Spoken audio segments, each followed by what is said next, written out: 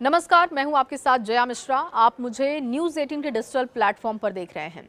अगर आपके घर में शादी होने वाली है या अगले कुछ महीनों में बेटे, बेटी, भाई बहन या आपकी खुद की शादी है तो ये खबर आपके काम की है, क्योंकि शादी का खर्च आज लाखों रुपए तक पहुंच चुका है। और ऐसे में बहुत से लोग सोचते हैं कि क्या अपने पीएफ का पैसा निकालकर वो अपना बोझ कम कर सकते हैं।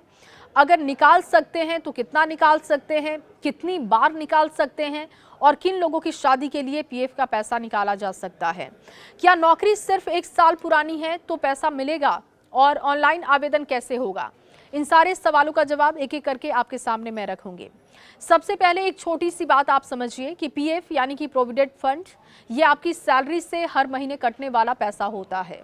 इसमें कर्मचारी भी योगदान देता है, कंपनी भी योगदान करती है, यानी ये आपकी रिटायरमेंट की बचत होती है। और बहुत आसान भाषा में आप समझें तो आज जो पैसा कट रहा है वही भविष्य में आपकी आर्थिक सुरक्षा है।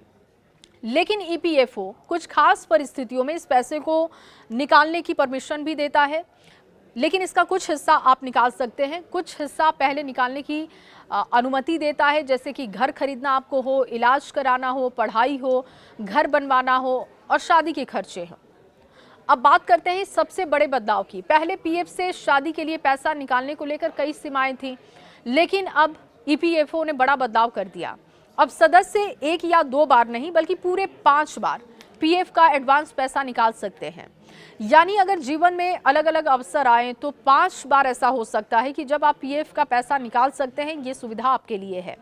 हालांकि हर बार निकासी ईपीएफओ के नियमों के अनुसार ही आप कर सकते हैं। ऐसे में आपका सवाल होगा कि ये सुविधा सिर्फ अपनी शादी के लिए हो सकती है, तो इसका जवाब नहीं। आप घर में किसी की भी शादी है तो ये पैसा आप निकाल सकते हैं। ईपीएफओ के नियमों के अनुसार आप पीएफ एडवांस निकाल सकते हैं, अपनी शादी के लिए निकाल सकते हैं या परिवार के अन्य सदस्यों की शादी भी अगर है तो आप पीएफ एडवांस में निकाल सकते हैं। कितना पैसा निकाल सकते हैं? तो अब इस सवाल का जवाब ये है कि ईपीएफओ के नियम के मुताबिक आप पैसे निकालेंगे तो ईपीएफओ का नियम ये कहता है कि आप अपने उपलब्ध पीएफ बैलेंस का अधिकतम 75% निकाल सकते हैं। मतलब अगर आपके पीएफ खाते में 10 लाख रुपए हैं तो आप लगभग 7.5 लाख रुपए निकाल सकते हैं। लेकिन कम से कम 25% राशि पीएफ खाते में आपकी बनी रहनी चाहिए, यानी पूरा पैसा आप नहीं निकाल सकते। और ध्यान रखें कि हर व्यक्ति को जो मिलने वाली राशि है वो भी अलग हो सकती है, क्योंकि ये आपके पीएफ बैलेंस पर निर्भर करती है। अब सिर्फ 1 साल से अगर आप नौकरी कर रहे हैं तो क्या आप पैसा निकाल सकते हैं? अब सिर्फ 1 साल नौकरी काफ़ी है। पहले शादी के लिए पीएफ एडवांस लेने के लिए लंबे समय तक नौकरी करना ज़रूरी माना जाता था, कुछ ऐसी सीमाएं थी। लेकिन अब ईपीएफओ में कुछ बदलाव किया गया, आपके लिए कुछ राहत भी दी गई और सिर्फ 1 साल की नौकरी के बाद भी आप पूरा पैसा निकाल सकते हैं। शादी के लिए पीएफ एडवांस का लाभ भी आपको मिल सकता है। इसका फायदा खासतौर पर नए कर्मचारियों को मिलेगा। अब सबसे ज़रूरी हिस्सा है कि आप कैसे आवेदन कर सकते हैं, कैसे घर बैठे ये पैसा निकाल सकते हैं। तो घर बैठे पीएफ एडवांस कैसे ले सकते हैं, इसका पूरा प्रोसेस अब मैं आपके सामने रख रही हूँ। अगर आपका यूएएन एक्टिव है, केवाईसी पूरी है, तो पूरा काम आप ऑनलाइन कर सकते हैं। आपको कहीं जाने की ज़रूरत नहीं है, घर बैठे आप आवेदन कर सकते हैं पोर्टल से। ईपीएफओ मेंबर ई सेवा पोर्टल है, वहाँ पर आप जाइए, अपने यूएएन और पासवर्ड को लॉगिन कर लीजिए और जैसे ही आप ऑनलाइन सर्विस से जुड़ेंगे वैसे उसके बाद आपके पास फॉर्म आएंगी। क्लेम फॉर्म 31, 19, फॉर्म 10C वाले जो विकल्प हैं उस पर आप क्लिक कीजिए और अपने बैंक खाते पर वेरिफिकेशन करें और फिर प्रोसीड फॉर ऑनलाइन क्लेम पर आप क्लिक कर दीजिए। और फॉर्म 31 यानी कि पीएफ एडवांस चुने। पर्पस में आप मैरिज चुन सकते हैं, जितनी राशि चाहिए उतनी राशि आप उसमें भर दीजिए और इसके बाद इस फॉर्म को आप सबमिट कर दीजिए। यहाँ तक आपका काम होता है और इसके बाद ईपीएफओ का काम शुरू हो जाता है। जो आपका आवेदन गया है ईपीएफओ उसकी जांच करेगा, मंजूरी मिलने पर पैसा सीधे बैंक खाते में भेज दिया जाता है। अब बात उन ज़रूरी दस्तावेज़ों की भी करते हैं जो आपके लिए ज़रूरी होंगे जब आप आवेदन करेंगे। तो अगर केवाईसी पहले से पूरी है तो प्रक्रिया आपकी काफ़ी आसान हो जाती है।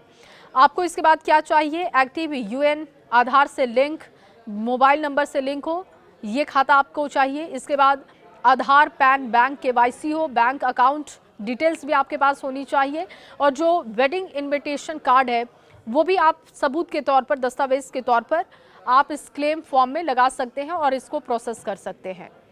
अब सबसे महत्वपूर्ण बात कि जो हर कर्मचारी को समझनी जरूरी है, पीएफ कोई सामान्य बचत नहीं है। ये आपकी रिटायरमेंट सेविंग है, यानी कि आज का जो पैसा आप निकाल रहे हैं वो भविष्य में आपकी पेंशन जैसी सुरक्षा को कम करेगा। मान लीजिए कि आपको आज शादी के लिए 5 लाख रुपए की जरूरत है और आपने 5 लाख रुपए निकाल लिए, तो रिटायरमेंट के समय आपके खाते में सिर्फ वही 5 लाख रुपए कम नहीं होंगे, बल्कि उस रकम पर मिलने वाला सालों वाला जो ब्याज है वो भी कम हो जाएगा। यानी लंबी अवधि में नुकसान काफी बड़ा हो सकता है और इसीलिए अधिकांश वित्तीय विशेषज्ञ जो सलाह देते हैं कि पीएफ एडवांस तभी लें जब वास्तव में आपको जरूरत हो। अगर आपके पास कोई दूसरा विकल्प ना हो तो आप अपना पीएफ का पैसा निकाल सकते हैं। तो कुल मिलाकर शादी एक यादगार मौका है, लेकिन इसके लिए क्या किया गया आर्थिक फैसला भी उतना ही समझदारी भरा हो सकता है। पीएफ का पैसा आपका इमरजेंसी फंड नहीं है, बल्कि आपकी रिटायरमेंट की सबसे बड़ी सुरक्षा है और इसीलिए शादी के लिए पीएफ एडवांस तभी लें जब वास्तव में इसकी जरूरत आपको है। आपकी राय इस पर क्या है? क्या ये विकल्प सही है या फिर आपको अन्य विकल्पों पर सोचना चाहिए? कमेंट बॉक्स में जरूर बताइएगा।